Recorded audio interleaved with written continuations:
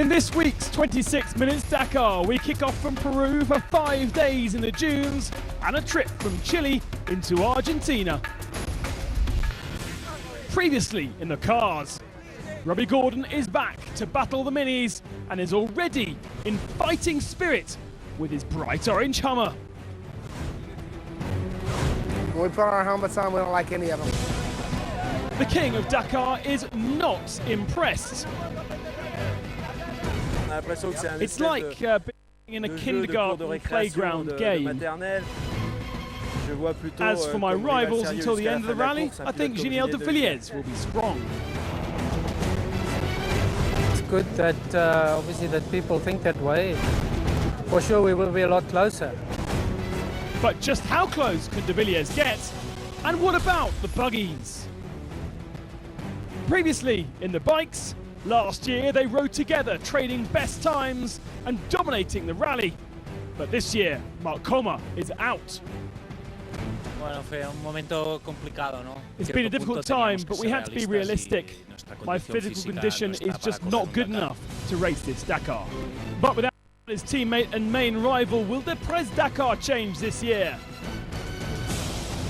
No, I don't think they will shorten the tests because Mark's not here. And entering officially for the first time in 21 years, HRC have brought Honda to the Dakar to fight the might of KTM. After initial shakedown in Morocco, the bright red machines are instantly noticeable in the Dakar bivouac. I mean, HRC, it's very big word. You know, in our industry, it means value and speed, and you know, it's very prestigious. Leading the team will be Helder Rodriguez. It's a completely different world with HRC. Honda wants to win and do a great job. Everyone is focused on that, and we've been working hard for the last 6 months, so we're really happy to be here. Honda has much success in the early days of the Dakar. Nouveau winning in 82, 86 and 87, while Italian Orioli won a year later, and Lele made it 5 in 89. But what's the philosophy of the bike? Philosophy, easy to control. Dakar is the toughest rally all over the world, so we need more criteria for developing this bike. So target is much higher than production bike, including motocrosser and enduro bike. This is highest one, toughest one.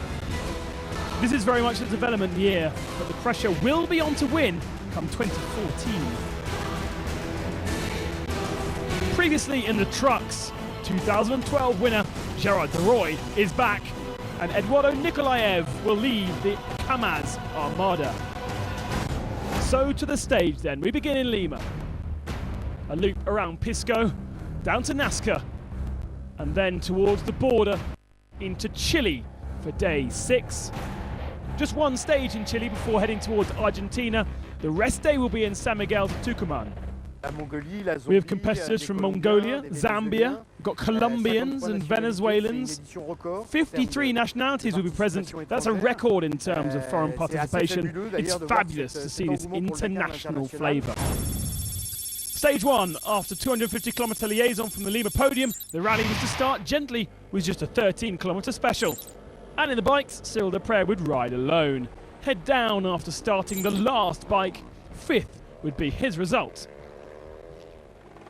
Returning star Francisco Lopez, now aboard a KTM and with Chilean team Tamarugal, was the star of the day, winner of day 1. It might have been short, but for the cars, there was a major upset. Hungry Robbie Gordon stuck on top of this dune, and he remained stuck for some time. Eventually getting a crowd to push him over the mountain. He'd lost reverse gear. He lost 10 minutes, multiplied by 3. Actually, it'd be more than 30, right? Because it'll be whatever your time is times 3. It's going to be a big, big, big penalty. So a major upset for Robbie Gordon, and a great surprise from Carlos Sainz. The Spaniard in the brand new buggy, made the best of the dunes and captured the first stage of 2013. Stage 2 was the first proper day of the rally, 242 kilometres of sand and small dunes.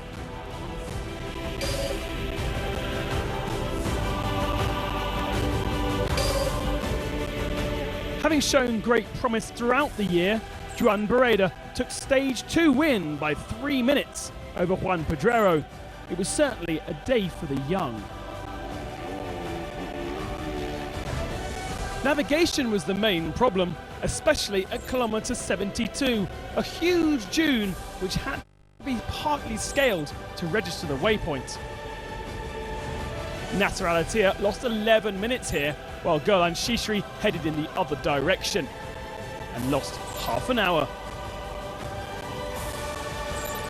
Meanwhile, Carlos Sainz lost his leadership and 18 minutes on the day's winner. He felt his GPS hadn't been working properly. On the kilometer 75, you go more on the right and come back after. Yes, I know very well what you mean. We'll have to check because I think we have a problem with the GPS. We went on the waypoint 2 or 3 times and it didn't unlock, and then 15 kilometers later, suddenly it finally worked. Stefan Pederhansel proved once again why he has 10 titles under his belt. The Frenchman avoided all the navigational issues and eventually took his 60th victory ever on the Dakar. But of course, there was spectacular drama throughout the stage.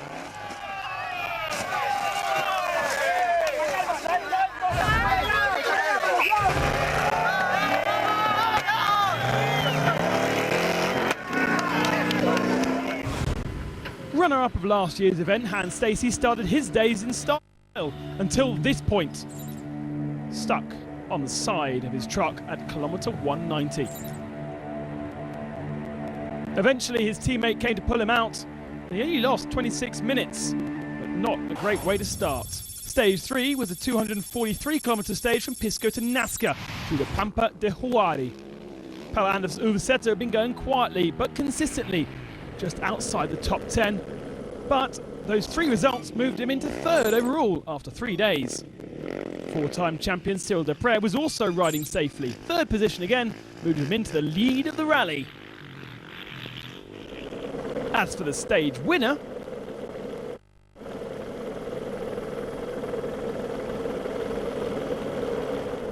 well, that was Chaleco Lopez. He got horribly lost on day 2 and therefore started way down on this 3rd day, but confidently grabbed win number 2, 2012 Dakar Rally. In the cars, Geniel de Villiers suffered his first major upset. A navigational setback at kilometre 65 lost him over half an hour on the day's winner. It was worse though for Krzysztof Holovcic. A 2-metre jump went badly wrong and the pole damaged his back. He'd have to retire. Stop bike. Stop it. Go to the valley. Yeah. Turn right. Okay, tire. 1 bar. Leave it. All round. Go straight. As for the winner, well, that was once again the Red Bull Qatar buggy, but this time Nasser Al-Attiyah. Quite a surprise to see the hardly tested machine going quite so well.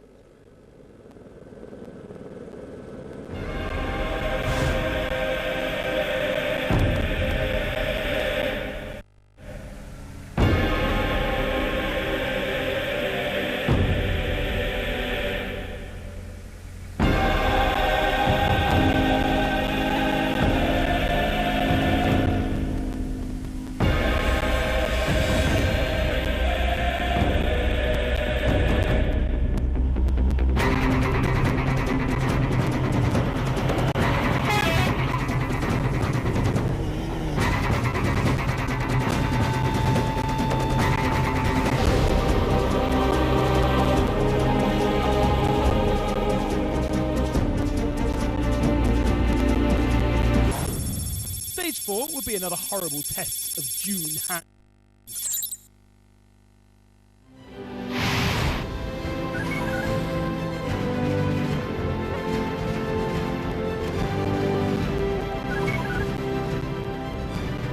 And this is where they were fighting, the soft Dunas Grandas, a massive expanse ready to trap the unwary. For Yamaha's Olivier Pain, this was his playground, and with tracks ahead, having started 8th, he was able to make up so much time to finish second on the stage, but most importantly, grab the lead of the rally. For the stars of the previous stage, well, they all grouped together on the beach, follow each other to the finishing line, conscious not to get lost. Cyril Deprez was the ringleader, the centrepiece, and was slightly frustrated at being hounded by everyone else.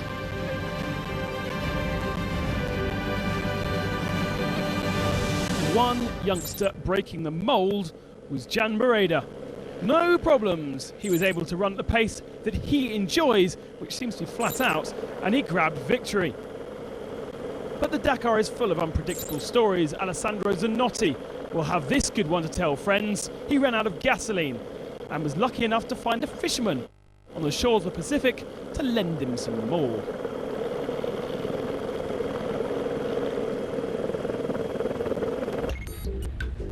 After 4 days then, Pain leading Castor in second position, Deprez was in third, Bareda Bor and Jordi Villadons on the Husqvarna in 5th position. En route was this horrible downhill section that caught many out.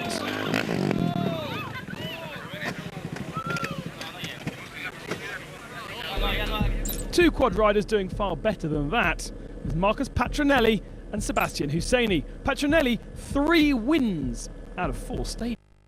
Sebastian Husseini, new to the Dakar, but lives in Dubai and therefore very familiar with sand and dunes, was not far behind. On stage 4, Robbie Gordon suffered yet another upset. Second previously, he was eager to prove that he was back in the battle. Angry and aggressive, potentially too much. At kilometre 34, the American rebel was upside down. Carlos Sainz was storming the first part of the special, but after electrical problems the day before, he suffered more issues at kilometre 266, losing out with fuel. Before starting the special, there was a strong smell of gas. We then damaged a part of the car and suffered a really big gas leak. So we're going to have to wait here and for some more petrol.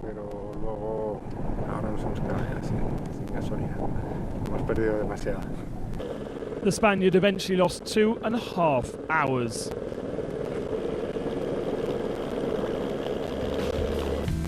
It was not good either for Lucio Alvarez. He was third overall, but was forced to stop just 28 kilometers in, having damaged his suspension.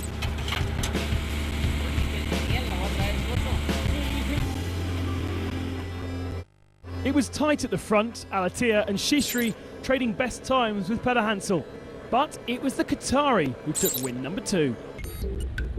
Peder Hansel, though, still leading, 5 minutes ahead of Nasser. De Villiers in third, Novitsky 4th, Roma 5th, way down already.